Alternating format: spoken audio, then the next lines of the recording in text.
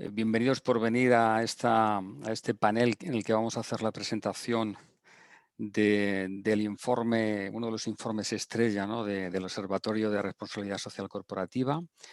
Tenemos en principio más de 240 personas que quieren participar en el acto y ya veo por los datos que se van sumando muchas más de ellas. Lo primero que quería comentar es que estamos haciendo esta presentación, este acto en el formato virtual, dadas las circunstancias obviamente que tenemos, y que tenemos la idea de que a ver si en próximas actuaciones del observatorio por fin podemos hacer unas presentaciones que sean presenciales, que creo que dan también mucho lustre al acto. La idea es presentar la 18ª edición del informe, la RSC en las memorias de sostenibilidad de las empresas del IBEX 35, pero este año vamos a hacer esta presentación con una particularidad, y es que hemos decidido que nos parece más interesante intentar hacer estas presentaciones, estas conclusiones sobre el informe de forma parcial, en la que vayamos presentando de manera individualizada pues, todas las áreas temáticas globales que tiene el informe, ¿no? El informe, de todas formas, estará a disposición en la web del observatorio, creemos que a partir de mañana mismo. Y lo interesante, aparte de la convocatoria que os hacemos hoy, es que podéis revisar luego tranquilamente vosotros todas las conclusiones que allí maneja el propio informe, ¿no? Vamos a tener tres panelistas, en este caso, en la tarde de hoy. El primero va a ser Horencio Vázquez, que es el coordinador del Observatorio de Responsabilidad Social Corporativa y que a la vez es también el coordinador del informe. Él nos hará la presentación de las conclusiones que vamos a hacer este año sobre el eje de análisis de gobierno corporativo. El segundo es Antonio Santoro, que es el responsable para el sur de Europa de Principles for Responsible Investment. Y el tercer panelista es Hugues Letourneau, que es el manager del Comité sobre el Capital de Trabajadores y es director de liderazgo de inversión responsable en Share. Creo que una vez que haga Horencio la presentación de las conclusiones del informe en la parte temática de gobierno corporativo, abriremos una especie de debate con Antonio y con Hugues, que creo que nos puede dar una visión mucho más global en estos casos, en estos temas, en estos mundos que tenemos ahora, cómo se ven los temas de gobierno corporativo dentro del mundo de la empresa, ¿no? Quería decir que hemos intentado conseguir una participación más paritaria en cuanto a género, pero desgraciadamente para este acto no lo hemos podido conseguir, aunque no dudamos que en próximos actos del observatorio pues, subsanemos esta incidencia, de la cual pedimos disculpas.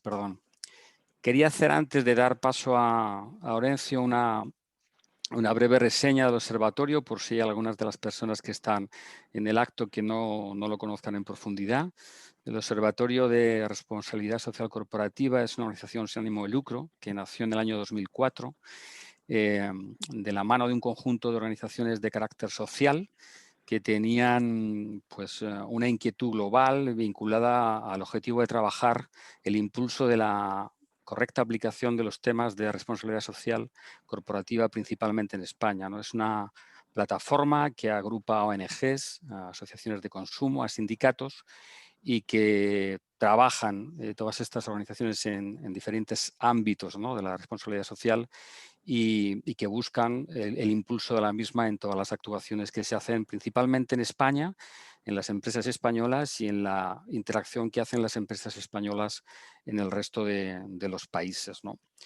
En este acto, como decíamos, circunscrito, ¿no?, a esta área concreta, ¿no?, del informe, tenemos claro que las exigencias que cada vez tienen las empresas de ser más responsables, tanto por la parte de los inversores o también por la parte de los propios gestores de riesgos, requieren que éstas tengan unas estrategias mucho más definidas y potencien las mismas en la actividad diaria de la gestión de los riesgos y los impactos que tienen ellas en sus actuaciones de carácter social, medioambiental o de buen gobierno, de gobernanza principalmente, ¿no?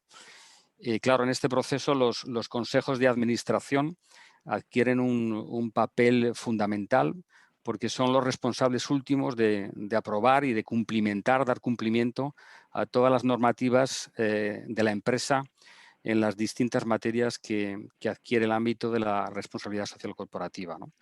Entendemos que cualquier empresa que actualmente necesite o quiera ejercer un liderazgo de sostenibilidad tiene que garantizar unos estándares y que esos estándares pues, deben de estar alineados en todas sus prácticas y en el funcionamiento interno de la propia empresa, ¿no?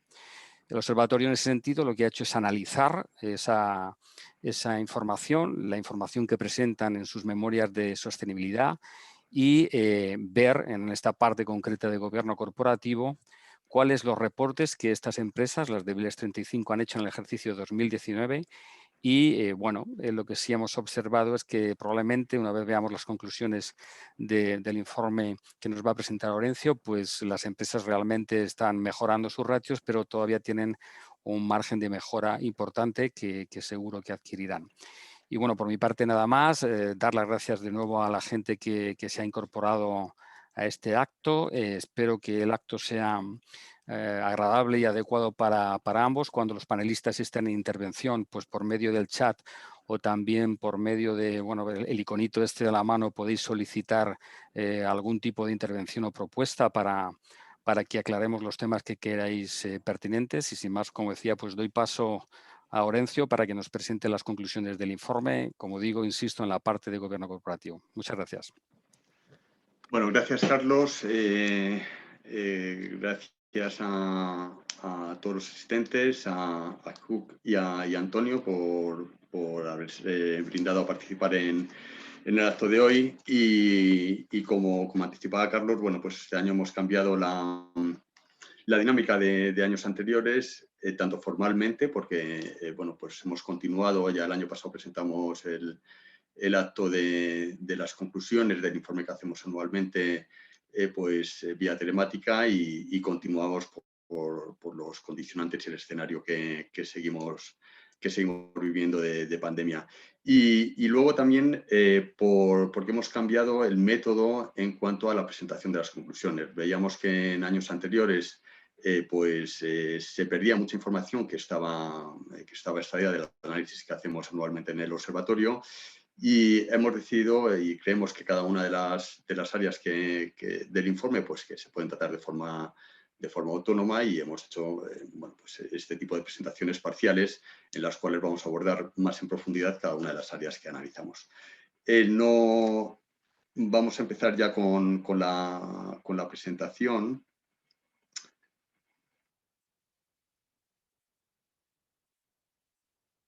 Voy a compartir un PowerPoint.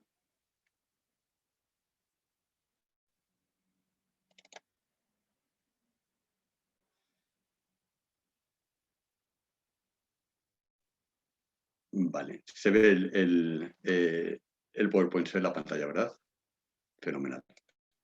Muy bien, pues comenzamos. Como hemos comentado, la presentación que hoy vamos a hacer es la parte de conclusiones relativa a buen gobierno. Buen gobierno pues, es el tema que al final ramifica la gestión de riesgos e impactos en todas el resto de las áreas que analizamos en el informe, derechos humanos, derechos laborales, medio ambiente, etcétera, etcétera.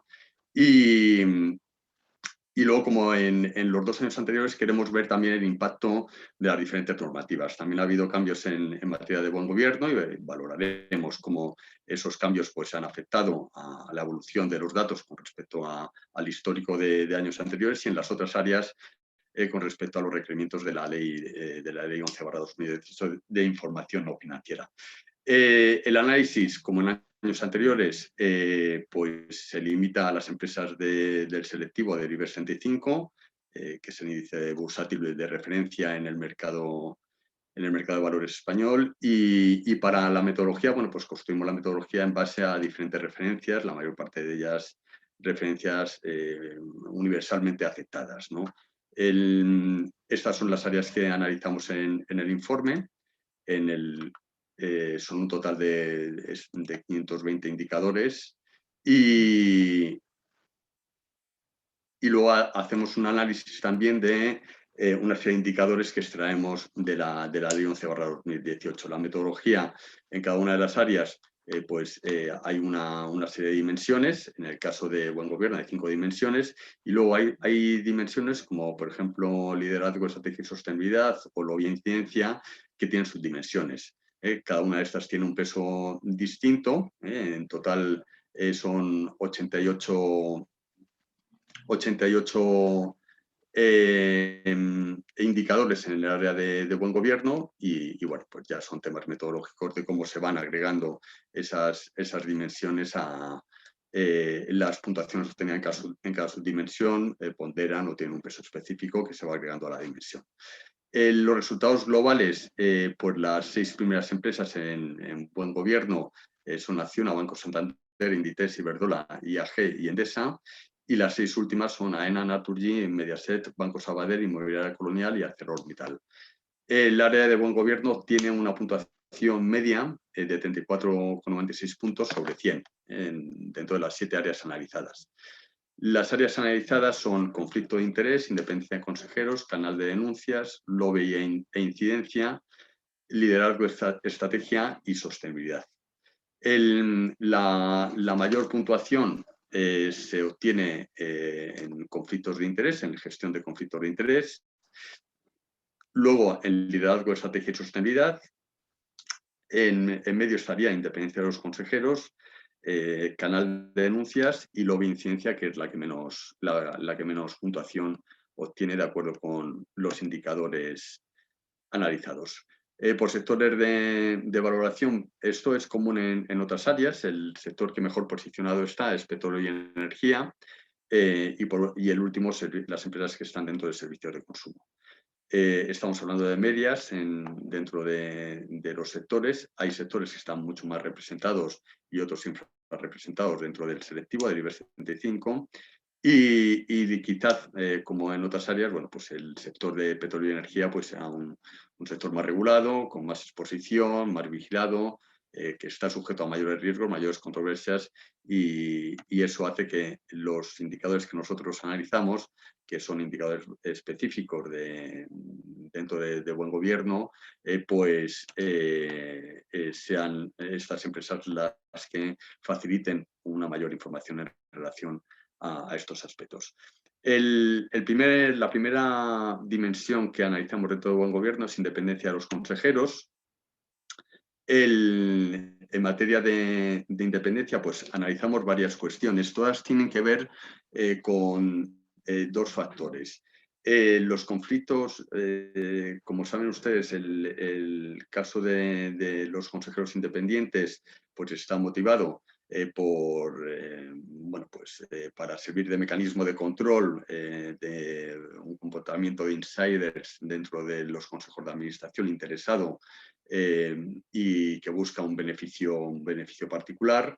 Y todo esto surge a partir de una serie de escándalos en Estados Unidos, luego en Europa, y bueno, los mercados empiezan a regular ese tipo de conductas. Y el consejero que actúa como independiente es uno de los aspectos claves dentro de la materia de buen gobierno. Y aquí lo que analizamos es si realmente, más allá de que se le denomine independiente, cumple las condiciones para ejercer diligentemente sus competencias dentro del Consejo y esas funciones para las cuales fue denominado, para servir de mecanismo de control. Y entre esos elementos, pues analizamos desde el proceso de selección, si hay un externo que interviene en la selección de los consejeros independientes, la formación recibida, el asesoramiento, si han recibido asesoramiento. Muchos de estos consejeros provienen de sectores ajenos al sector de actividad específico. Hay sectores que están muy regulados y empresas que tienen una tremenda complejidad por las actividades que realizan, la diversidad de actividades y el contexto donde desarrollan esas actividades. Y también analizamos aspectos que pueden influenciar en esa independencia, como pueden ser elementos retributivos, y como pueden ser también la estancia en los consejos de administración. Del análisis que extraemos es que ninguna empresa limita el mandato de independientes por debajo de los 12 años que marca la ley. Y luego, bueno, pues que si bien 15 empresas aportan información sobre formación recibida por parte de los consejeros, esta información pues normalmente es muy genérica y poco claro en cuanto al número de horas o en relación a las materias que se han formado, en las que se han formado estos consejeros. Hay otro aspecto que consideramos fundamental. Florencio, un momento, ¿podías poner la presentación que se vea en modo presentación? Que la vemos ahora mismo, no está en modo presentación, la vemos, se ve con dificultades. Ah, vale, fenomenal. Gracias. A ver.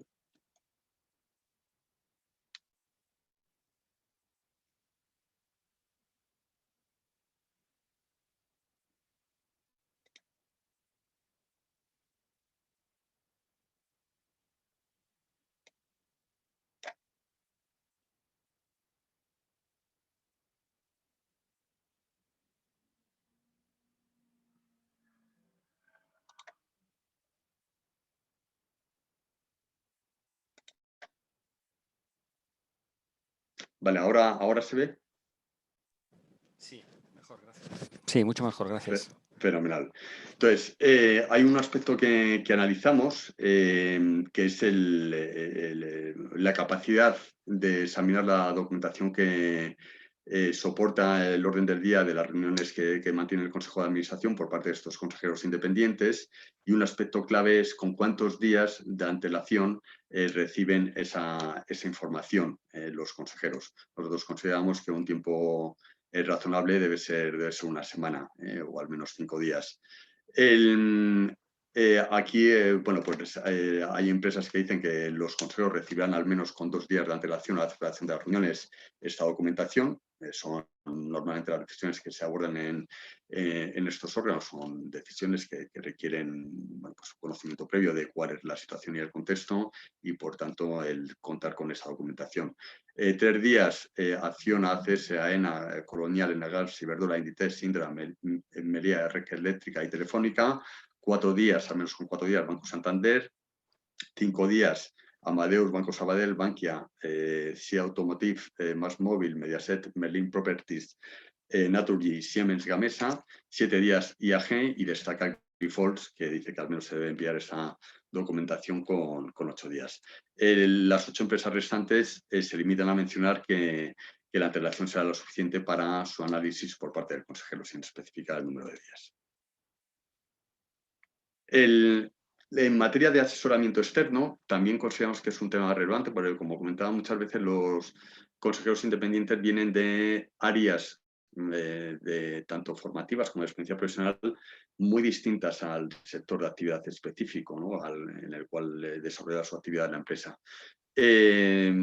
Hay un número importante de empresas que informan sobre el asesoramiento externo que han recibido, informan quién ha prestado ese asesoramiento, pero normalmente, salvo en el caso, creo recordar, de Telefónica y Siemens Gamesa, ese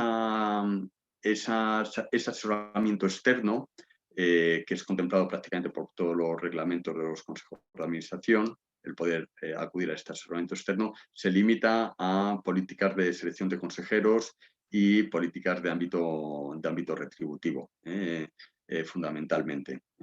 Y, como comentaba Siemens Gamesa, pues operaciones vinculadas y también Telefónica, retorno a los accionistas.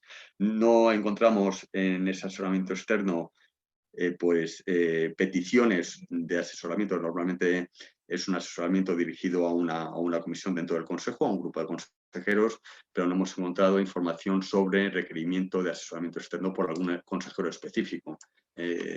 Y eso es o puede ser preocupante, ¿no? O puede ser una materia preocupante.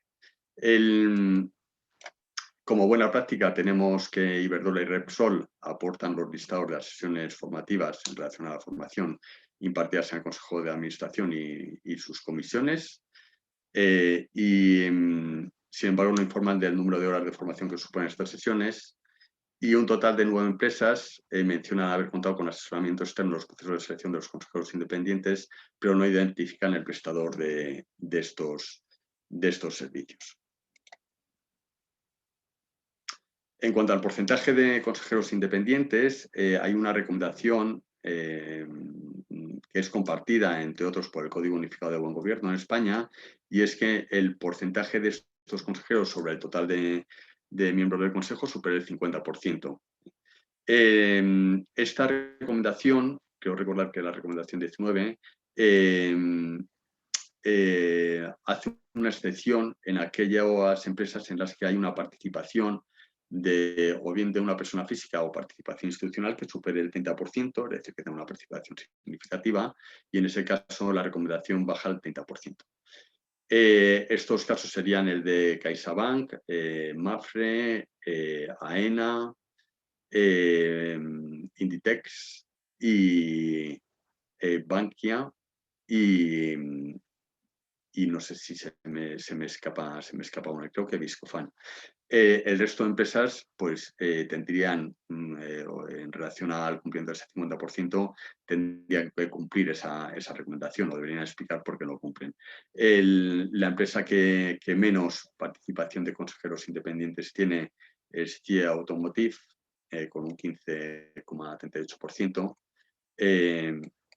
Todo el desarrollo del informe, cuando tengan acceso a él, pues verán que está expresado gráficamente, aparte del nivel de cumplimiento de indicadores por parte de las empresas analizadas, en buenas, malas prácticas y prácticas regulares, que es un símbolo es un sol, un trueno y y nubes y claros, ¿no?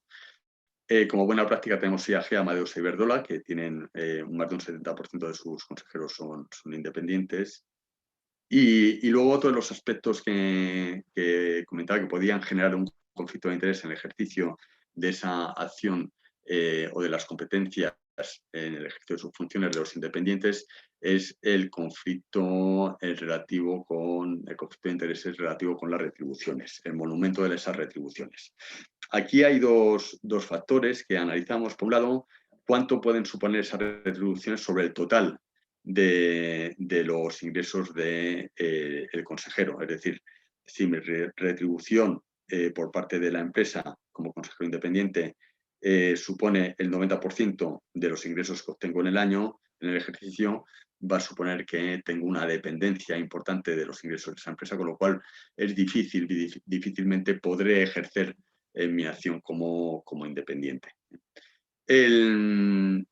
Aquí vemos, bueno, pues hay 4 empresas, Banco Santander, IAG, BBVA e Iberdrola, que tienen consejeros en sus plantillas que cobran por encima de los 500.000 euros. La remuneración media de los consejeros independientes se sitúa en 126.000, un 7,69% más que en 2018. No hay ninguna empresa que limite las retribuciones de los consejos.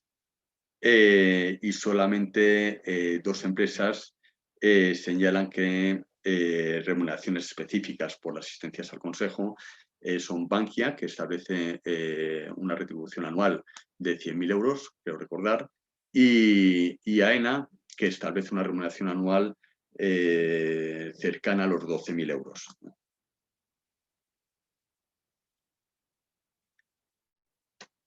Luego, otro aspecto importante, desde una perspectiva ya entrando en temas de integridad corporativa y de sostenibilidad, de criterios ASG, es el perfil de los consejeros.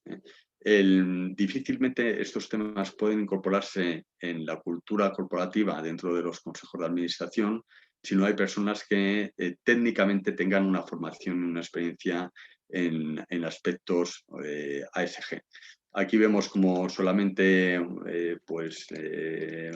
1, 2, 3, 4 empresas tienen en sus plantillas, en sus consejos de administración, personas que tienen un perfil con experiencia en criterios no financieros, en riesgos no financieros. Y bueno, destacar el Banco Santander, que tiene dos consejeros, una persona que es experta, Esther Jiménez Salinas, que es experta en derechos humanos y justicia restaurativa, y Álvaro Cardoso, que tiene experiencia en gestión de organizaciones de conservación medioambiental. El segundo punto que evaluamos son los conflictos de interés dentro del Consejo. Los reglamentos, bueno, pues establecen que deben abstenerse de la participación en las deliberaciones sobre asuntos en los cuales pueda haber un conflicto de interés con el consejero en cuestión. Y específicamente en todos aquellos aspectos relativos a su reelección o cese. Este aspecto es importante porque hay en ocasiones en los cuales los reglamentos del Consejo establecen que se ausentarán de las deliberaciones cuando haya un conflicto de interés, salvo que en lo que tiene que ver con su reelección o cese. De este 43% de empresas que contemplan esa abstención, hay un grupo reducido, creo recordar que son 3 o 4 empresas, que establecen que no solamente deben abstenerse de las deliberaciones, sino que deben ausentarse físicamente de las reuniones. En el caso de casos de abstención de consejeros por conflicto de interés, solamente 3 empresas informan de casos que hayan acontecido en el ejercicio objeto de análisis en el 2019. Luego, seguimos con una práctica que hay una recomendación ya desde hace muchos años, y es que la figura del presidente del Consejo no coincida con la figura del primer ejecutivo, y esto solamente se da en un 46% de las empresas. Hay otra cuestión que conlleva un mayor control por parte de la Junta General de Accionistas al Consejo de Administración, y es que los miembros del Consejo no sean reelegidos con una frecuencia elevada en número de años. Tradicionalmente eran 4 años, ya las empresas van reduciendo el proceso de reelección de esos consejeros, aunque en el caso de los independientes, como comentaba, no hay límite en cuanto al mandato por debajo de los 12 años que señala la ley. Y bueno, pues hay un 20% de empresas que tienen políticas específicas de conflictos de interés dentro del Consejo. Hay una amplia información sobre las operaciones vinculadas en el ejercicio y de informes elaborados por las comisiones de auditoría sobre las operaciones vinculadas. Sin embargo, esta información es muy desigual. Normalmente es información genérica, sin especificar cantidades y consejeros específicos, con lo cual, bueno, pues tampoco da una información muy detallada y que pueda ser objeto de análisis sobre cuáles han sido las operaciones vinculadas. Luego, además, en este ámbito encontramos varias empresas que establecen que no se someterán al Consejo la aprobación por parte del Consejo de operaciones vinculadas con consejeros cuando entren en condiciones normales de mercado, sin especificar qué se considera condiciones normales de mercado. O hay otras empresas, hay una empresa financiera, creo recordar que BBVA, que establecía pues cuando no superen un porcentaje los activos del banco, no sé si era el 1%, que es muchísimo dinero, pues no estarán o no serán objeto de análisis y de estudio por parte del Consejo de Administración, ¿no? Luego hay otro tema que ha causado bastante debate en torno al mismo y bueno, pues en base a los escándalos que ha habido en cuanto a ceses de consejeros en los últimos años, que son la limitación a las indemnizaciones. Hay una recomendación de que se limiten estas indemnizaciones en el caso de cese a 2 años de salario para que el Consejo de Administración y la empresa, la Junta General de Accionistas, no sea cautiva de indemnizaciones que en algunos casos pues, superaban los 90 millones de euros, no sea cautiva de esas indemnizaciones que tenían un importante impacto en los emolumentos que se tenían que dar al consejero en el caso de cesarle. Y entonces un 71% de estas empresas analizadas, de las empresas analizadas, limitan a esa recomendación a un máximo de 2 años de salario, y la aprobación de indemnizaciones por parte de la Junta General, solamente hay una empresa que somete la aprobación de esas indemnizaciones a la Junta General de Accionistas. Como buena práctica tenemos el Banco Santander, que desglosa los motivos de abstención de los consejeros. Menciona que un total de 49 casos, 28 en cuanto a nombramiento y reelección, 13 en aspectos retributivos, operaciones vinculadas y 8 en cuanto a evaluación de consejeros. IAG limita el mandato de los miembros del Consejo de Administración a 1 año, es decir, cada año tienen que ser reelegidos. Como mala práctica, 6 empresas, Arcelor, CIA Automotive, Inmobiliaria Colonial, ENCE, IAG y Mediaset, no tienen un informe de operaciones vinculadas o no se ha encontrado ese informe y reportan de dichos datos o su inexistencia. Banco Santander y CaixaBank declaran no haber, que no se han producido a lo largo del 2019 operaciones con condiciones diferentes a las del mercado, pero reportan de varios casos. Santander, BBVA, Ferrovial y Mapfre mencionan que no hay compromisos de indemnización a consejeros y altos ejecutivos, buena práctica. Y mala práctica, Grifols e Iberdrola tienen cláusulas de indemnización de consejeros que alcanzan hasta 5 anualidades. En ambos casos se trata de directivos sin especificar en su informe de gobierno cooperativo de quién se trata. Pasamos ya al tercer apartado, que es gestión sostenible dentro del Consejo. Este es uno de los aspectos que trata de evaluar cómo los aspectos de riesgos no financieros y ESG pues, suben al Consejo de Administración. Aquí contamos con que bueno, un 71%, que es un porcentaje elevado. Podemos decir que hay una tendencia al alza con respecto a años anteriores en prácticamente todos los indicadores. Dice evaluar aspectos sociales y medioambientales. Hay un 40% de empresas, en torno a 15 empresas, que informan con qué frecuencia se evalúan. En cuanto a la formación de la alta dirección sobre riesgos no financieros o aspectos ASG, hay un total de 26% de empresas analizadas, de las 25 empresas analizadas, que informan, aunque de manera genérica, de formación recibida por la alta dirección sobre aspectos ASG. En cuanto a si el máximo responsable del Consejo reporta en sostenibilidad, al máximo responsable de la empresa en sostenibilidad reporta al Consejo, hay un 63% de empresas que afirman que este reporte se produce.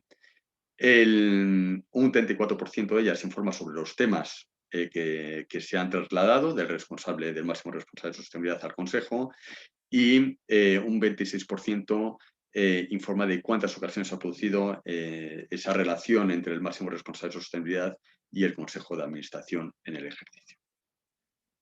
En cuanto a la identificación de riesgos sociales y medioambientales, si bien hay documentos en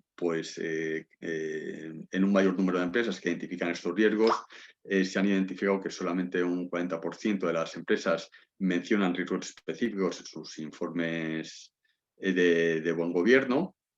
En un 80% la Comisión de Auditoría es la responsable de la supervisión y evaluación de riesgos sociales y medioambientales, como recomienda la última modificación de buen gobierno. Y este dato es interesante porque, como comentaba anteriormente, tradicionalmente se ha requerido, es quizás con la Comisión Ejecutiva es la comisión más importante dentro del Consejo de Administración, que es la Comisión de Auditoría, y se ha requerido que el presidente de la comisión tenga amplios conocimientos en materia financiera y de contabilidad y de auditoría, como es lógico porque es el que va a mantener además la relación con la empresa auditora.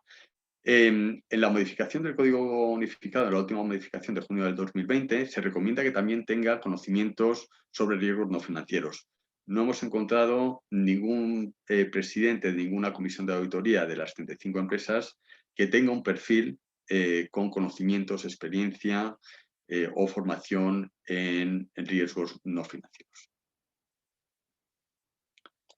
En relación a la evaluación del Consejo, el 100% de las empresas afirman que realizan esta evaluación. El 86%, un porcentaje alto, informa sobre los temas abordados. Ninguna informa sobre si se realiza una evaluación sobre el desempeño en temas de las ASG, de sociales, ambientales y de buen gobierno. Y un 43% hace uso de un externo para realizar dicha evaluación. Y hay un 14% de empresas, sin embargo, son pocas empresas, creo que son 4, que informan, 4 o 5 empresas, que informan sobre medidas tomadas normalmente de forma muy general, sin objetivos, indicadores de resultado, planificación, etcétera, etcétera, pero informan sobre medidas adoptadas en respuesta a la elaboración realizada en temas ASG. Aquí tenemos, bueno, pues quiénes son esos asesores externos. En el caso de Price han sido 3 empresas, Deloitte, Spencer Stuart, 2 empresas, y KPMG, bueno, y aquí veis el resto de asesores externos en las evaluaciones. Hay otro tema relevante y es, bueno, pues 12 empresas tienen comisiones en torno a responsabilidad social. 7 empresas que son Acciona, Banco Santander, CIA Automotive, ENCE, Iberdrola, Red Eléctrica y Repsol cuentan con una comisión de sostenibilidad o análoga, específica dentro del Consejo y diferenciada. Y 3 empresas, Bankia, Enagas y Telefónica, cuentan con una comisión que incluye la sostenibilidad en su denominación y competencias. Normalmente va ligada a la comisión de retribuciones, luego nombramientos, pero bueno, ya el hecho de que haya 7 empresas que tengan una comisión específica de sostenibilidad es un buen indicador, ¿no? Dentro de que todavía es un porcentaje relativamente bajo de las 25 empresas. Como mala práctica, hay 13 empresas que no identifican riesgos sociales y ambientales específicos. Y como buena práctica, pues Naturgy y Telefónica mencionan que el Consejo de Administración evalúa cuestiones sociales y ambientales con una periodicidad mensual. Es decir, son temas que suben al Consejo con una periodicidad de carácter mensual. Hay otro aspecto importante, que son los incentivos económicos, y así, bueno, pues lo establecen diferentes informes del Parlamento Europeo y una directiva que esas retribuciones de carácter variable deberían estar ligadas no solamente a la consecución de objetivos financieros, sino a objetivos no financieros para contrarrestar el cortoplacismo de los mercados. Y aquí vemos, bueno, que la retribución variable de directivos basada en criterios ASG, hay un 31% de empresas que informan sobre que establecen esa retribución variable basada en criterios de ASG, un porcentaje. Un 20% de esas 31 de esas empresas indica el porcentaje, un 26% a las personas que afecta y a sus cargos, y un 26% informa sobre formación a alta dirección. El caso más destacable aquí como buena práctica es que Iberdrola establece que el 50% de retribución variable del plan de incentivos a largo plazo para consejeros ejecutivos se determinará en base a criterios de sostenibilidad social y medioambiental. En cuanto a la memoria de sostenibilidad, esta es otra dimensión y ya nos queda poco para terminar. Hay 5 empresas, Acciona, Acciona, Indra, Iberdrola y Siemens Gamesa, que integran el estado de información no financiera y el informe de sostenibilidad en un mismo documento, sometiéndolo a la aprobación por la parte de la Junta General de Accionistas. Es decir, hay un total de 9 empresas que presentan informes diferenciados, el estado de información no financiera y la memoria de sostenibilidad. Hay 5 empresas que esa memoria de sostenibilidad figura como anexo del informe de gestión consolidado y que se integra o es lo que integra el estado de información no financiera, y hay empresas, o las otras 4, que hacen documentos diferenciados. Hay por un lado un estado de información no financiera, que suele ser más reducido que la memoria de sostenibilidad. Yo creo que lo relevante, porque muchas veces no se puede meter toda la información en el informe de gestión consolidado, es que haya informaciones o informes adicionales que vayan como anexo a ese informe de gestión, que es lo que comentábamos que pasa en estas empresas, con información más detallada de lo que podría ser el estado de información financiera. Hay otro tema que nos preocupa en el análisis, que ya se comentó en años anteriores, que es la verificación del estado de información no financiera. Vemos que en la mayoría de las empresas coincide el verificador del estado de información no financiera con la empresa que realiza la auditoría de cuentas. esto no es que vaya en contra de la legalidad, pero sí se podría pensar que podría generar cierto conflicto de intereses, y a esto lo unimos otros servicios que son prestados por estas mismas empresas de auditoría, pues en formato, en labor de consultoría para estas mismas empresas. Y también encontramos otro dato preocupante, es el hecho de que si bien el año pasado había salvedades en pocos, pero en algunos informes de verificación, este año no hemos encontrado ninguna salvedad. Puede ser que se nos haya escapado, pero no hemos encontrado ninguna salvedad. Y eso, en relación con los requerimientos de la Ley 11/2018, pues no es del todo coincidente con las conclusiones de nuestro análisis, que iremos exponiendo en sesiones posteriores al día de hoy. En cuanto a la gestión de la diversidad, pues la empresa cuenta con una política de diversidad de género dentro del Consejo, un 46%.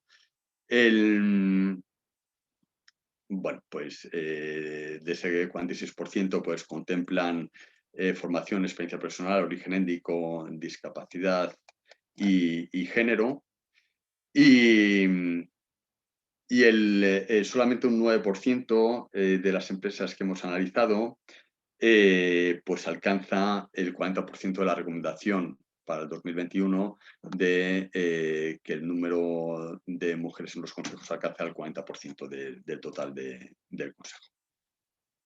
Como buena práctica tenemos en CIACS, que aprueban en 2019 políticas en el ámbito de diversidad e igualdad de oportunidades y que recogen específicamente la diversidad en el consejo. También Telefónica, Red Eléctrica, Indra, Inditex, ENCE y ACS tienen una política específica de diversidad en el Consejo de la Alta Dirección. Red Eléctrica Corporación publica un informe de diversidad e igualdad en el que refleja los avances en esta materia a lo largo de 2019, incluyendo los relativos de alta dirección. Y luego Bankia, CIE, IAG, Iberdrola, Inmobiliaria Colonial, Grifols, Mapfre, Red Eléctrica y Repsol incluyen un abordaje específico de diversidad en la denominación y contenidos de sus políticas de selección de consejeros. Sin embargo, nos han encontrado políticas de diversidad como documento diferenciado. Aquí vemos el porcentaje de mujeres en los consejos. Superan ese 40% Iberdrola, Red Eléctrica y Banco Santander. Se acercan CaixaBank, Inditex, y ya entre el 30 y el 31% pues hay una franja relevante de empresas, en torno a 14 empresas. Y luego tenemos casos como ACS, Bankia, Ferrovial, Endesa, Amadeus, CIA Automotive o Naturgy, que no llegan al 20%. Este es el total de empresas cotizadas, la fuente es CNMV. Vemos que pese a que hay un incremento en la participación de las mujeres en los consejos de administración, ese incremento no se traduce en que asuman responsabilidades de carácter ejecutivo. Normalmente se trata o adoptan posiciones como independientes o dominicales. Como buena práctica tenemos bueno, pues las empresas que superan el 40%, y luego como mala práctica pues empresas que bueno, pues como Naturgy, que tiene una consejera de 12 del total del consejo. Y luego una cuestión particular que nos sorprende, y es que Siemens Gamesa pasa de una representación femenina del 46% en 2018 al 23% en 2019. En cuanto al canal de denuncias, el 100% de empresas afirma contar con un canal de denuncias. También el 100% establece prohibición de no represalias. Luego, solamente un 26% tiene un canal de denuncias abierto a diferentes grupos. En un 23% ese canal de denuncias es gestionado por un externo, que es una buena práctica. Hay un 34% de procedimientos que informan de una separación, que esto es importante, entre instrucción, investigación y resolución. Solamente 2 empresas dicen evaluar periódicamente el funcionamiento del sistema. Y en cuanto a la presentación de información, hay una presentación por tipologías y tal, en un 54%, pero solamente en un 9% se desglosa las renuncias recibidas, al menos por tipo, origen, periodo y región. El tema del canal de denuncias es otro de los mecanismos que puede resultar más eficiente para evitar situaciones de fraude o otro tipo de situaciones no deseadas o que contravengan la normativa de la empresa. Sin embargo, hemos visto, no solamente en casos del sector privado, sino también del sector público, cómo la figura del denunciante ha estado muy estigmatizada y normalmente quien ha ejercido esa labor de denuncia, pues se ha visto en serios apuros con pérdidas de trabajo, presión social, bueno, pues situaciones que tratan de mitigar o de paliar iniciativas de ámbito regulatorio, como es una directiva reciente de protección al denunciante en el ámbito europeo, y es cierto que en el ámbito anglosajón, como en otros aspectos que estamos abordando, pues estos temas están mucho más desarrollados, ¿no? El gestor externo del canal de denuncias pues, son estas empresas y las empresas analizadas que tienen esa gestión externa del canal de denuncias son Endesa, Grifols, Naturgy, Repsol, Arcelor, Bankia, IAG, Siemens Gamesa y Banco Santander. En cuanto a buenas prácticas, Meliá Hoteles informa sobre la realización de una campaña de difusión de alcance global. Otro aspecto fundamental es no solamente tener el canal de denuncias, sino formar en cuanto a su utilización y sensibilizar a los empleados y a los diferentes grupos de interés sobre la utilización de este canal de denuncias. El IAG informa que la Comisión de Auditoría de Cumplimiento revisa anualmente la eficacia de estos canales de denuncias y ACS presenta una información muy detallada en cuanto a la degradación del total de denuncias recibidas, informando sobre procedencia, perfil de denunciante, motivo, tiempo de respuesta, resultado y además presentan los datos diferenciados por ACS, CLECE, Dragados, ACS Industrial e Iridium, una parte importante de las filiales más relevantes. Y ya para terminar, lobby y puertas giratorias. Esto es otro fruto de conflictos de interés importante y que también ha tenido un importante impacto mediático, y es en la dimensión donde menos información nos encontramos. Hay un 29% que están registradas como grupo de interés en el Parlamento Europeo, en las instituciones europeas, en el registro que establece la Unión Europea. Solamente 3 empresas están registradas en el registro que hayamos identificado de la Comisión Nacional del Mercado y la Competencia. Hay un 20% de empresas que informan sobre la actividad de lobby en el ejercicio, un 20% que informan también de las materias que han ejercido esa actividad de lobby, un 14% que informan de las iniciativas legislativas que han sido objeto de seguimiento por parte de la empresa, y solamente una empresa informa de las reuniones más relevantes que se han producido. Esta empresa es Acciona. Y hay solamente una empresa que informa sobre una regulación interna de esa actividad de lobby también. Aquí vemos, bueno, pues las reuniones reportadas en el registro de transparencia europeo. Hay empresas que, pese a estar en ese registro, no reportan ninguna reunión, y hay otras empresas como Telefónica, ArcelorMittal y Banco Santander que reportan que han tenido de 6 a 10 reuniones. Como buena práctica tenemos que Grifols y Mapfre informan de su alta en el registro europeo en el año 2019. Mala práctica, 9 empresas no aparecen en el registro de la UE a cierre del 2019. En el caso de ACS no figura ACS, pero sí figuran su filial Cobra. Como buena práctica, CaixaBank informa sobre diferentes aspectos relacionados con funciones de lobby, incluyendo reuniones llevadas a cabo e iniciativas legales que han sido objeto durante el ejercicio. Y Acciona, que comentaba que es la información más detallada en materia de lobby, con iniciativas, reuniones, legislaciones, iniciativas de carácter legislativo en las cuales han incidido, y bueno, es quizá la empresa que actúa con mayor transparencia de las analizadas. En cuanto al tema de puertas giratorias, aquí es donde hay una información más escasa. Como saben, hay una regulación que es la ley de incompatibilidades. Ninguna empresa establece el cumplimiento de esa ley de incompatibilidades, que se reduce al marco nacional, al marco fuera del Estado nacional, teniendo en cuenta que hay empresas que operan en muchos países.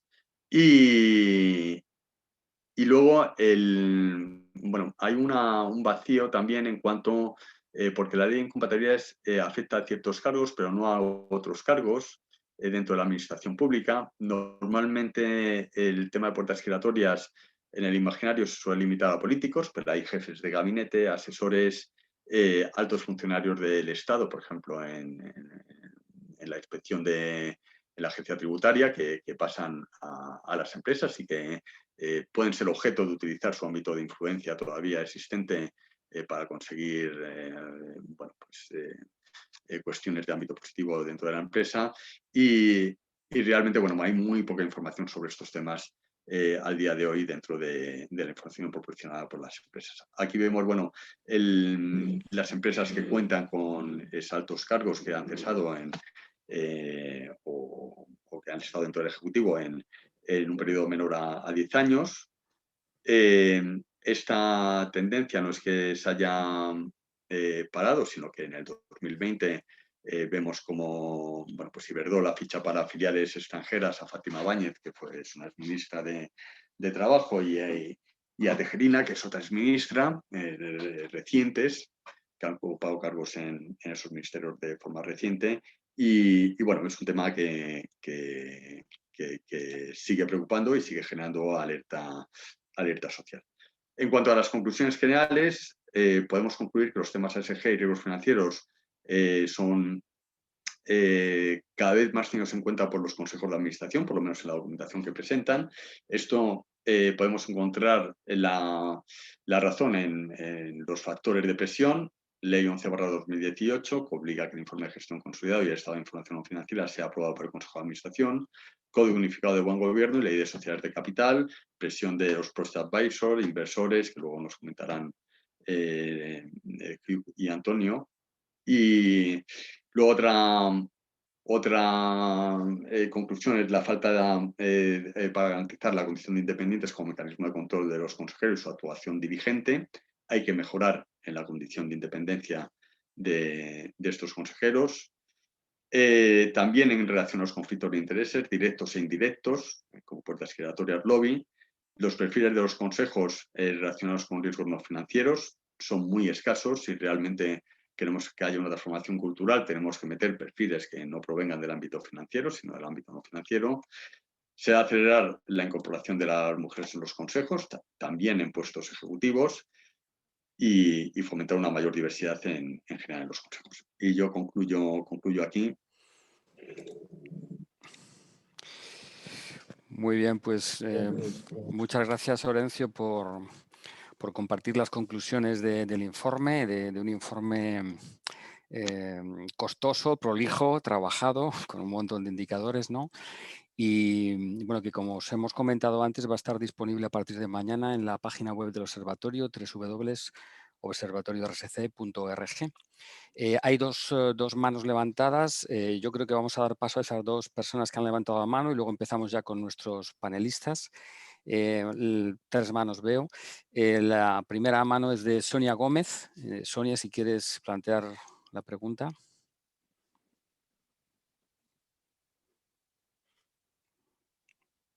Bueno, parece que no. ¿Sonia? Vale, parece que no la plantea. Y tenemos otra también que es Aurora Martínez. Es Aurora, que por favor. o lo hacen a través del chat o no tiene acceso a micro. Yo creo, o Ana les tiene Bien. que habilitar el micro. Bien, si podemos usarlo mientras esto y hacemos entonces las intervenciones que habéis solicitado al final de la intervención de nuestros panelistas.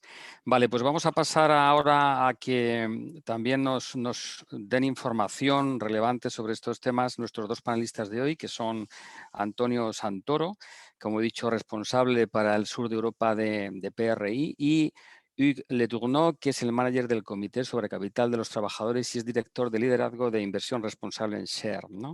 A mí me gustaría, tanto Antonio como Hugues, que hicierais primero una breve presentación del trabajo que realizáis. Empezad cualquiera de vosotros, por ejemplo, Antonio, tú mismo, y que a partir de ahí, si queréis, pues establecemos una serie de preguntas para que podamos formalizar el debate. Antonio, si quieres tú empezar a presentar, por favor, muchas gracias. Muchas gracias, Carlos, y buenas tardes. ¿Me oís bien? Perfecto. Antes que nunca agradeceros por la invitación a Observatorio SC y también un poco también por el comentario que habéis hecho, muy agradecido sobre el tema de la mesa paritaria. De hecho, nosotros también tenemos una política sobre mesas redondas paritarias y no solemos ir a eventos, ¿no?, sin paridad de género o en general. Entonces, se agradece mucho vuestro comentario porque, de hecho, todo eso también empieza por las mesas de redonda, ¿no? Entonces, os agradezco mucho por el comentario que tenemos que seguir en mejorar también sobre este aspecto todos, digo, a nivel, digamos, del conjunto de la industria. Sobre los PRIs, muy rápidamente, los principios para la inversión responsable son 6 principios de inversión responsable, de hecho, que actores financieros, como pueden ser propietarios de activos, gestoras, pero también proveedores de servicios, firman, ¿no? Entonces firman un compromiso con esos principios de las Naciones Unidas que básicamente llaman a unas áreas de acción. Es decir, haré una integración de asuntos ASG dentro de mis procesos de inversión, haré diálogo, engagement con mis empresas, colaboraré con los otros actores financieros para que se adopten, ¿no?, estos principios, pero además que efectivamente los asuntos ASG se integren en los procesos de inversión de la industria financiera. Y también muy importante, haré una divulgación pública de mis esfuerzos, ¿no?, de integración ASG. Entonces, esos 6 principios fueron lanzados en el 2006 a la Bolsa de Nueva York y en el mismo día se creó la organización por la cual trabajo. Entonces, el objetivo de la organización es de ayudar a los inversores signatarios de la iniciativa para que se puedan alinear a estos principios. Entonces, esto lo hacemos a través de distintas actividades, como por ejemplo, orientaciones, guías, herramientas sobre integración ESG dentro de distintas clases de activos, como puede ser la renta variable, que naturalmente interesa a la audiencia de hoy, pero también como renta fija o private equity, infraestructuras y así siguiendo. También información sobre el marco regulatorio, cómo está evolucionando a nivel, digamos, global, pero también, digamos, a nivel local, y actividades de engagement colaborativo, y etcétera. Es decir, intentamos como cubrir todo lo que sea de investimiento responsable a través de un abanico de actividades para los signatarios. En mi caso, más específicamente, me ocupo de los 4 mercados del sur Europa, indudablemente. Entonces, mi papel, digamos, es también de ayudar a hacer brainstorming o simplemente apoyo uno a uno con los inversores signatarios de la iniciativa en los mercados del Mediterráneo. Gracias, Antonio. Hugues, si quieres comentarnos un poco el trabajo que hacéis. Con gusto. ¿Me escuchan? Bueno, muchas gracias por la invitación. Un gusto unirme a ustedes hoy. Solo dar eco a lo que Antonio dijo también, y gracias por reconocer al inicio del webinar lo de la diversidad de género y la importancia de este tema. Entonces, muy brevemente, ¿qué es el Comité sobre Capital de Trabajadores? Bueno, es una red mundial de sindicatos y administradores de fondos de pensiones. Y nos dedicamos principalmente a 2 objetivos. El primero sería de trabajar con sindicatos sobre campañas laborales prioritarias, compartir esta información y tratar de, bueno, como incrementar la atención de los inversores sobre temas sociales. Ejemplos de campañas son unas Amazon en Estados Unidos, una empresa que se llama XPO Logistics, que también tiene presencia en España, y otras empresas como, bueno, Holcim Lafarge sería un ejemplo. Y el segundo punto sobre mi trabajo es que trabajamos con esta red de administrador de fondos de pensión para responsabilizar los gestores de activos mundiales, porque que trabajemos con fondos de pensión en Australia, en Canadá, en España, muchas veces van a utilizar los mismos gestores de activos. Entonces nosotros estamos trabajando sobre el mejoramiento de sus prácticas sociales en temas como el engagement y los votos delegados en renta variable, pero también en otras clases de activos. Muchas gracias. Bueno, os quería lanzar para empezar un poco el debate una primera pregunta a los dos, para que podáis también los dos expresaros de la manera que consideréis más oportuna y que nos deis también esa visión un poco más internacional que a veces desde el observatorio se nos escapa, ¿no? Viendo cómo están todos estos datos que ha dado, en este caso, de las empresas del IBEX 35, Orencio, en nuestro informe de gobierno corporativo, viendo cómo están los temas de RSC en general, ¿no?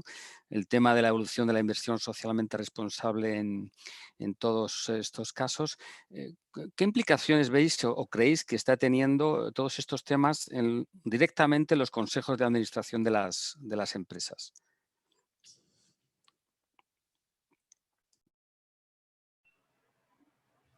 Voy a empezar entonces con gusto. Mira, yo quería dar una perspectiva quizás de largo plazo de los 15 últimos años. Sí, y eso es mi observación como desde el CWC, trabajando con sindicatos, fondos de pensiones, he podido ver esta evolución en los últimos años. Y mi observación sería que entre 2005 y 2015, más o menos, hubo un enfoque bastante importante de parte de los inversores responsables sobre el tema de la divulgación y del reporting. Entonces hubo muchos engagements, el tema de las resoluciones de accionistas pedían mejor reporting por parte de empresas. Lo que hemos visto es la codificación de eso, ¿no? Con el régimen europeo, por ejemplo, pero también en el ámbito quizás más climático, como el TCFD, en Estados Unidos, el Sustainability Accounting Standards Board, y el GRI, que es probablemente el más viejo. Ahora, en los últimos años, yo digo como más o menos 5 años, ya que tenemos bastante más datos, todavía no es perfecto y hay, bueno, estos días hay más confusión que nada en el tema de los datos, pero los inversores responsables tienen una base para pedir más responsabilidad de la parte de los consejeros. Entonces hay más y más inversores que están pidiendo a los comités del consejo de incorporar temas climáticos laborales. Muy concretamente, la organización donde yo soy basado, Share, en Canadá, hizo engagements con empresas como Thomson Reuters, Dolorama en Canadá, pero McDonald's también, para que este tema de cuestiones laborales, de los derechos laborales, sea codificado en una comisión del Consejo. La otra observación sería que más y más inversores, como tomamos BlackRock, por ejemplo, que la gente conoce, están tomando posición más fuerte diciendo, nosotros ahora vamos a guardar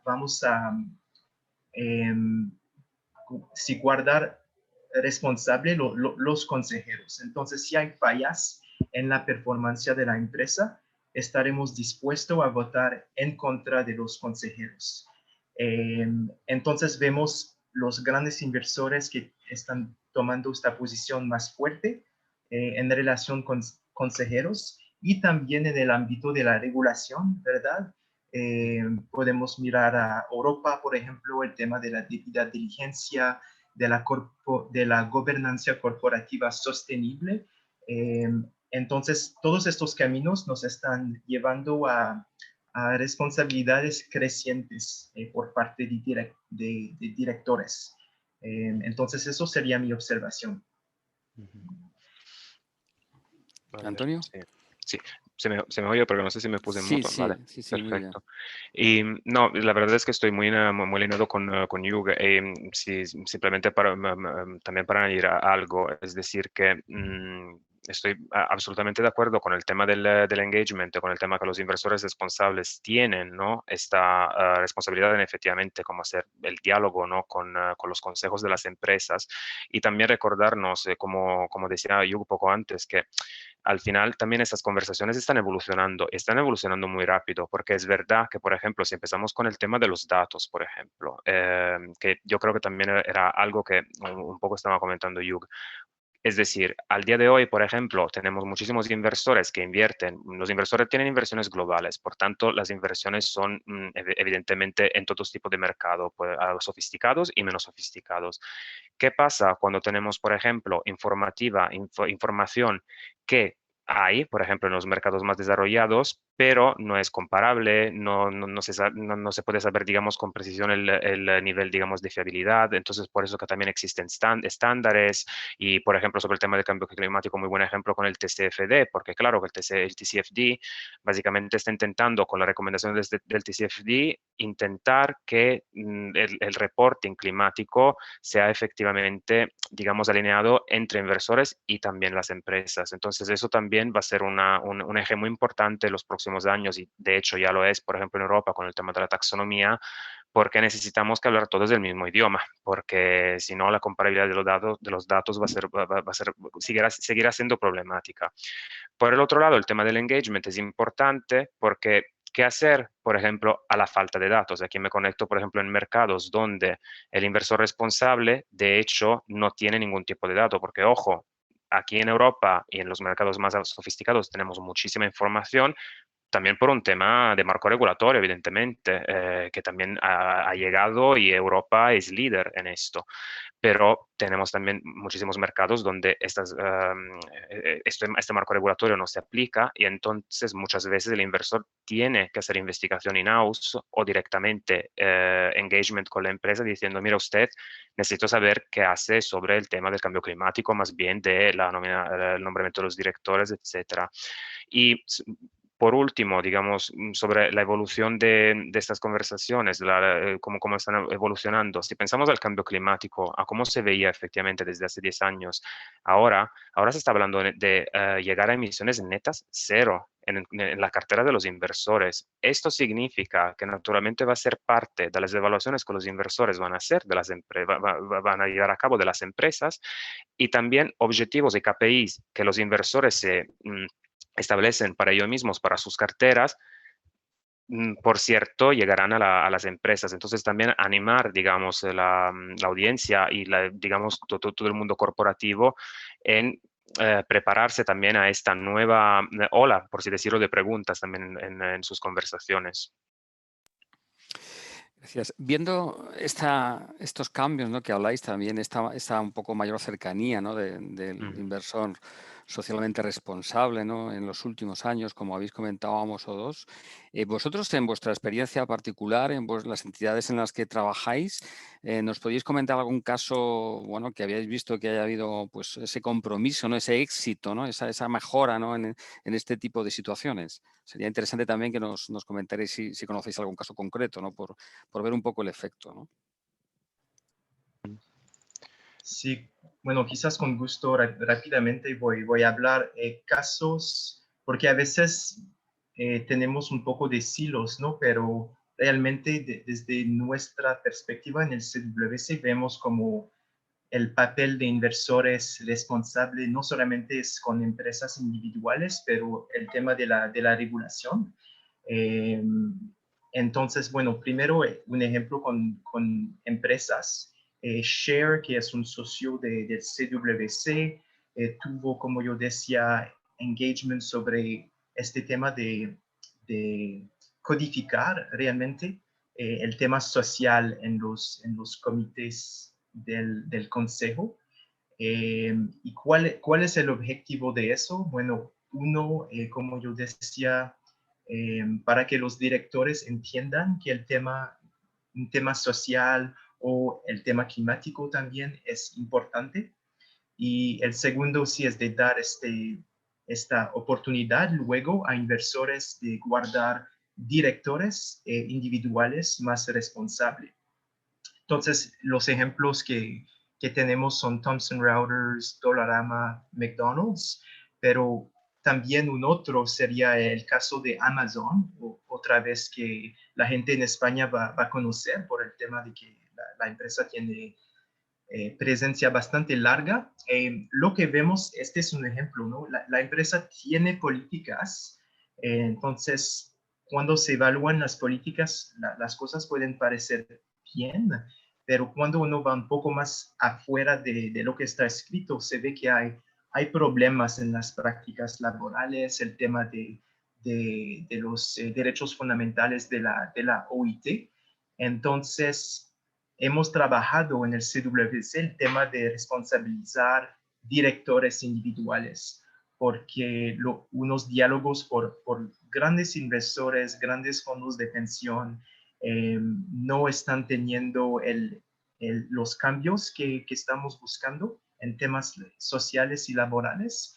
Entonces, esta posibilidad ahora de votar contra un consejero y nos manda de nuevo a la pertinencia de este informe, ¿no? Sobre la gobernanza, la responsabilidad de los directores. Sí, entonces Amazon ahora es un ejemplo donde hay un esfuerzo activo en relación con gobernanza y responsabilidades sociales. Por nuestro lado, digamos que el PRI también organiza, digamos, actividades de engagement colaborativo entre inversores de la iniciativa hacia empresas. La idea es un proceso muy detallado, entonces no puedo, digamos, hacer resumen en 5 minutos, pero la idea no es sustituir un servicio que ya existe evidentemente en el mercado, es identificar cuáles son, digamos, las nuevas temáticas que van a estar en el radar, en el mapa, ¿no?, de la inversión responsable dentro de 1 o 2 años. Entonces son engagements, son diálogos que se llevan a cabo más o menos alrededor de 2 años. Un par de ejemplos, también un poco para demostrar cuál es, digamos, el valor no añadido del engagement dentro, digamos, del proceso de integración. Uno es un ejemplo de gobernanza muy recién. Además, todo eso lo podéis encontrar en nuestra web, entonces os invito encarecidamente a consultar las publicaciones que tenemos en línea. Este era sobre un tema de governance, de hecho, sobre, digamos, la responsabilidad fiscal de empresa. Entonces, sabemos que es un tema, especialmente, bueno, en todo el mundo, y solo para darles un par de números, 35 inversores institucionales que representaban 3.000 millones de activo bajo gestión, dialogaron con 41 empresas multinacionales, como de alta capitalización bursátil, de grande capitalización bursátil, y a raíz del engagement, digamos, un par de resultados. Entonces, digamos, este engagement de 2 años, 23 documentos de posicionamiento sobre la responsabilidad fiscal. 27 empresas hicieron un compromiso claro en evitar de hacer, digamos, planteamiento agresivo sobre los temas fiscales, y 25 empresas indicaron que el Consejo de Administración o subcomité dentro del Consejo de Administración, entonces nuevamente volvemos al tema de la alta dirección, serían responsables sobre los temas fiscales. Segundo ejemplo que a mí personalmente me gusta mucho es sobre derechos humanos en el sector del extractivo, entonces digamos un sector que naturalmente tiene una cadena de suministro bastante controvertida por razones naturalmente de cuánto es larga la cadena de suministro y por la actividad, por cierto, porque naturalmente estamos hablando también de interacciones con países donde, como decía antes, el marco regulatorio no es lo mismo que tenemos dentro de Europa, por ejemplo, y hablamos de tema de derechos humanos. Entonces, solo para decirles que de las 32 empresas que estuvieron, digamos, involucradas dentro de este engagement, al acabar, digamos, al finalizar de este engagement de 2 años, 29 sobre las 32, digamos, recibieron los inversores y hicieron una reunión, al menos una reunión con los inversores, y al final de este engagement todas hicieron una divulgación pública de su política de protección de derechos humanos, que ojo, puede ser que existía o que no existía, pero no era pública, no estaba pública. Y ahí también me conecto de nuevo con lo que decía Yuga antes, es decir, que tener políticas es una cuestión, que están bien implementadas es otro tema, es decir, pero si no empezamos por el tema de las políticas, evidentemente no vamos a tener procesos. Y entonces es un poco... Eso añade mucho valor, creo, al proceso de integración ASG dentro de las sesiones de los inversores. Podría una palabra rápidamente sobre el tema de la diversidad, ¿no? Porque lo que otra vez estamos viendo, hay de un lado más y más regulación, también más diálogos por parte de inversores, pero cuando miramos los datos todavía hay fallas. La representación de mujeres en los consejos. Entonces, en Canadá tenemos este objetivo, la política de comply or explain, ¿no?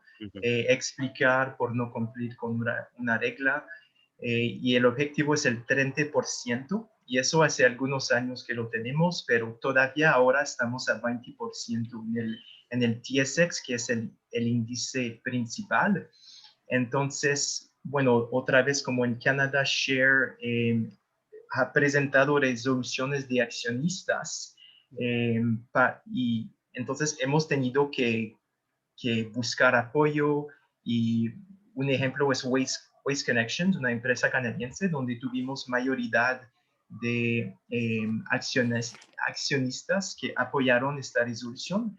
Entonces, eso para decir que y hay otros países que están poniendo objetivos más como como objetivos hard, ¿verdad? Donde es obligatorio ahora de tener un porcentaje de mujeres. Entonces me parece que, bueno, eso está ayudando con el cambio, pero la última frontera, quiero decir, es el tema de la alta dirección de empresas.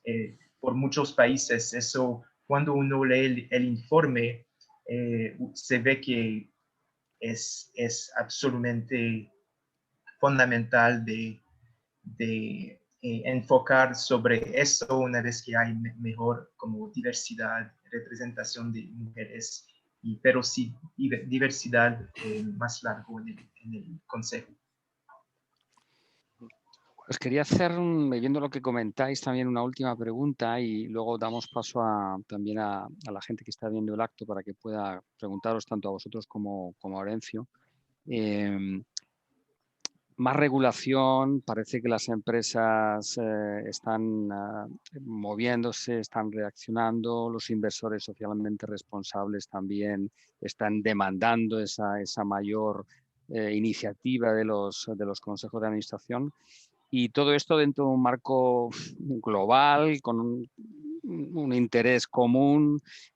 ¿Cómo creéis que puede confluir todo esto, toda la regulación, todo este avance que tienen también las empresas, ¿no?, en la parte, obviamente, de gobernabilidad que tienen las mismas con relación a esta componente más de objetivo global, ¿no?, de objetivo general? Sí, si queréis, empiezo yo porque también estoy muy curioso de saber lo que opina Hugh, pero claro, yo soy europeo, entonces probablemente voy a ver un poco con esta perspectiva más europea. Yo creo que en general, mira, miren, a nivel global, evidentemente lo que necesitamos como tener en cuenta, y yo creo que también la crisis del COVID se ha quedado muy claro que se necesita empezar también a integrar los temas sociales. Llegará el momento de la gobernanza, porque la gobernanza es un tema muy importante para alcanzar todos esos objetivos, claro.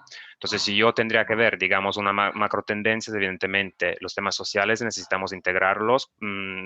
Es decir, no es que no se hacía, pero sabemos que es más complicado, son difíciles de medir y establecer KPIs, etcétera, pero el COVID lo quedó clarísimo. Dejó muy destacado que los temas sociales van a ser evidentemente protagonistas. Que no olvidemos, naturalmente, todo el tema medioambiental, cambio climático, entonces los ejemplos que hacía antes. ¿Qué papel tiene la gobernanza? Bueno, yo veo la gobernanza como todo lo que es governance es un multiplicador, y encontré muy interesante, de hecho, los resultados que habéis sacado, uno de los resultados que habéis sacado del informe, porque claro, que el 71% de los consejos de administración evalúan los aspectos ESG. Estoy retomando la diapo. 26% recibe formación sobre temas de ESG y 36% de los consejos reciben información por parte del responsable de sostenibilidad. Son 3 porcentajes muy distintos, es decir, reconocemos el problema, tenemos entrenamiento y recibimos información. Es decir, debería ser, digamos, más alineado, ¿no?, en un mundo ideal, ¿no? Entonces, yo creo que el tema de la gobernanza en ese sentido es de verdad de multiplicador, porque luego, claro, podemos poner todas las conversaciones que queramos, los ODS, cómo alcanzamos la lucha contra el cambio climático, etcétera, pero necesitamos evidentemente entrenamiento. La parte regulatoria, para nosotros es muy importante, evidentemente. Tenemos la suerte, ¿no?, de estar en un conjunto continental que es líder sobre esta conversación, y hay otras geografías que nos están mirando muy de cerca para ver qué estamos desarrollando a nivel de taxonomía medioambiental, que ya la lanzamos. Los inversores desde el 10 de marzo tienen que hacer una disclosure, una divulgación también sobre la integración ESG, así como las empresas lo están haciendo desde ya hace años, etcétera. Entonces yo creo que, claro, esto no va a parar y va a ser algo que quizás en los comienzos, digamos, más desafiante, pero nos ayudará, digamos, en el largo plazo, ¿no?, con esta visión de largo plazo. Lo que, digamos, me gustaría, bueno, me gustaría saber también un poco qué opina Hugh, especialmente por tener una perspectiva aún más global, pero vuelvo a decirlo, la gobernanza es un multiplicador. Entonces, evidentemente, no puede haber integración de temáticas sociales o medioambientales y tener efectivamente buenas políticas y buenos procesos desarrollados. Y esto empieza evidentemente también por alta dirección. Sí, bueno, yo soy de acuerdo con lo que dijo Antonio. Yo creo que estamos en un periodo muy dinámico, como los próximos 5 años van a ser muy diferentes de los últimos 5. Las dos tendencias, como yo comentaba en mi presentación, más regulación sobre responsabilidad de consejeros en términos social y del ambiente, y más voluntad de partes de grandes gestores de activos que tienen impacto en los consejos de administración de empresas, que estarán dispuestos a votar contra consejeros cuando hay fallas de responsabilidades. Entonces, lo que deberíamos ver, creo yo, son consejeros que tienen más experiencias afuera del perfil clásico, es decir, bueno, creo que todos lo sabemos, y más votos en contra de consejeros encargados de temas sociales y ambientales cuando vemos estas violaciones. Pero eso, según yo, no será sin intenciones tampoco, ¿no? Tenemos el ejemplo de Danone hace 2 semanas, que era un ejemplo perfecto de los principios del stakeholder capitalism, de que hablamos más y más, pero hay un equilibrio a buscar, y también las empresas tienen que trabajar, digamos, escuchar los accionistas que tienen estos principios, y bueno, comunicarlo bien para que el consejo tenga el apoyo de estos administradores, sino hay otros grupos de inversores de más corto plazo que van a traer la lógica de la maximización del valor de accionistas. Entonces, eso, según yo, es lo que vamos a ver más y más en los próximos años. Muchas gracias. Me gustaría que, Horacio, te incorpores ahora en la pantalla, por favor, y te incorporas. Vamos a dar también ahora la palabra a los asistentes, por si quieren formalizar cualquier pregunta a nuestros 3 panelistas de hoy, tanto de la parte del informe, de las conclusiones del informe que ha presentado Horacio, como con el resto de del mini debate, ¿no?, que hemos establecido hasta ahora, ¿no? Entonces, os animo a que vayáis chateando, y había, creo, un par de manos levantadas. No sé si ahora quieren formalizar esas dudas o cuestiones que querían plantear vía chat. Y yo, mientras la gente se anima, os haría un par de preguntas también, para esperar un poco el tiempo a que la gente empiece a enviarnos solicitudes de preguntas. La primera, muy concreta, Horacio, que un poco se ha visto en tus conclusiones, ¿no?, sería comentarte, después de 18 ediciones analizando estos temas en España, dame un par de highlights de cómo ha evolucionado esto, ¿no? Sería la primera. Y luego la segunda, que os la lanzo a los 3, es si le damos una vuelta un poquito de tuerca a esto de los inversores socialmente responsables, y lo vinculamos un poco con el concepto de inversión de impacto, entendiendo el que se puede perder un poco de rendimiento financiero, capital, y ganar un poquito de rendimiento social, enlazándolo con los consejeros y los gobiernos corporativos de las entidades que generalmente asocian un buen trabajo a esa maximización. Bueno, ¿cómo veis esta pelota gorda mezclada, ¿no? Bueno, primero disculparme con Hugh y Antonio porque cuando he terminado me he pasado totalmente la planificación prevista para el tiempo destinado a la presentación. Lo que comentas, bueno, yo creo que hay hay como elementos confrontados en sí mismo, ¿no? Por un lado vemos que los consejos de hoy tienen poco que ver con los consejos de administración de hace 20 años. Yo creo que ha habido una evolución positiva. También muy vinculada con dos factores, ¿no? O sea, con la irrupción de nuevos actores, como son los cross-advisors, toda la presión de la comunidad inversora, sobre todo en temas de buen gobierno, y con los aspectos vinculados con la responsabilidad jurídica, ¿no? Yo creo que eso es un elemento importante.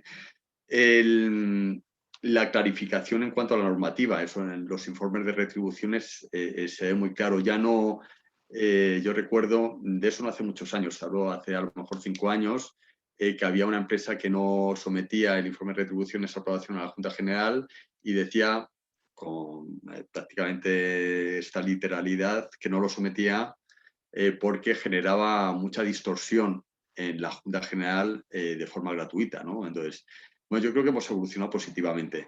Pero por otro lado, pues tenemos pues una situación en la que sigue primando las decisiones en un escenario cortoplacista. Los mercados siguen funcionando con una orientación cortoplacista.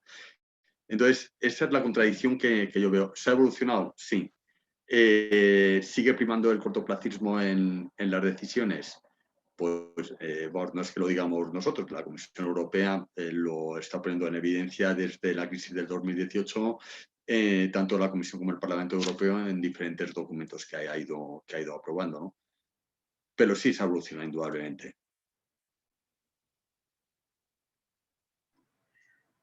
Quizás, bueno, un comentario, disculpe, un comentario rápido. Yo soy completamente de acuerdo con esta idea. Cuando hablamos de la performance, es muy fácil de hacer de tomar un periodo de tiempo que puede mostrar, bueno, en el corto plazo es mejor de cortar los gastos para poder como incrementar la performance bursátil, pero yo creo los gestores de activos de índices pasivos, ¿no? Tienen esta perspectiva de largo tiempo, tanto como los fondos de pensión. Entonces, hay que seguir, creo, sobre este tema de la educación, de la gente en general, sobre eso, que financia no significa solamente maximización de rendimiento a corto plazo. Creo que estamos viendo la evolución con, digamos, la declaración del US Business Council hace 2 años, pero ahora estamos en un periodo de, bueno, ¿cuál es la práctica? ¿Cuáles son las consecuencias de esta declaración? Solo añadir un punto más. Naturalmente estoy de acuerdo con los dos y también decir que bueno, es importante, supongo, también reiterarlo también en el 2021, pero la inversión responsable no es caridad, no es filantropía, es risk management, tal cual, es rentabilidad, especialmente como hemos visto también en el último año con la crisis del COVID y evidentemente los efectos que tuvo también en los mercados financieros, todos los índices, digamos los índices con integración SG, los fondos con integración SG, se han portado mejor de los tradicionales. Además, yo creo que al día de hoy también digo, la comunidad financiera no lo está viendo, quizás hace 20 años puede ser, vale, pero al día de hoy yo creo que efectivamente un gestor patrimonial o un propietario de activo, especialmente el propietario de activo, si pensamos en un fondo de pensión, tienen que tener una panorámica, una visión de largo plazo, porque hay que pagar pensiones evidentemente o hay que devolver algún tipo de premio.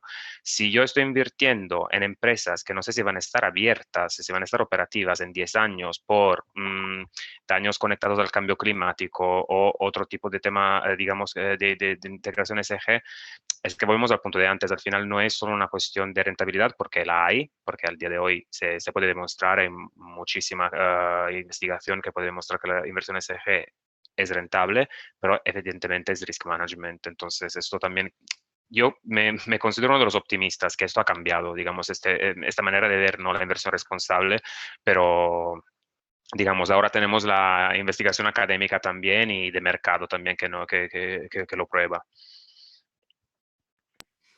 Sí, Hugh.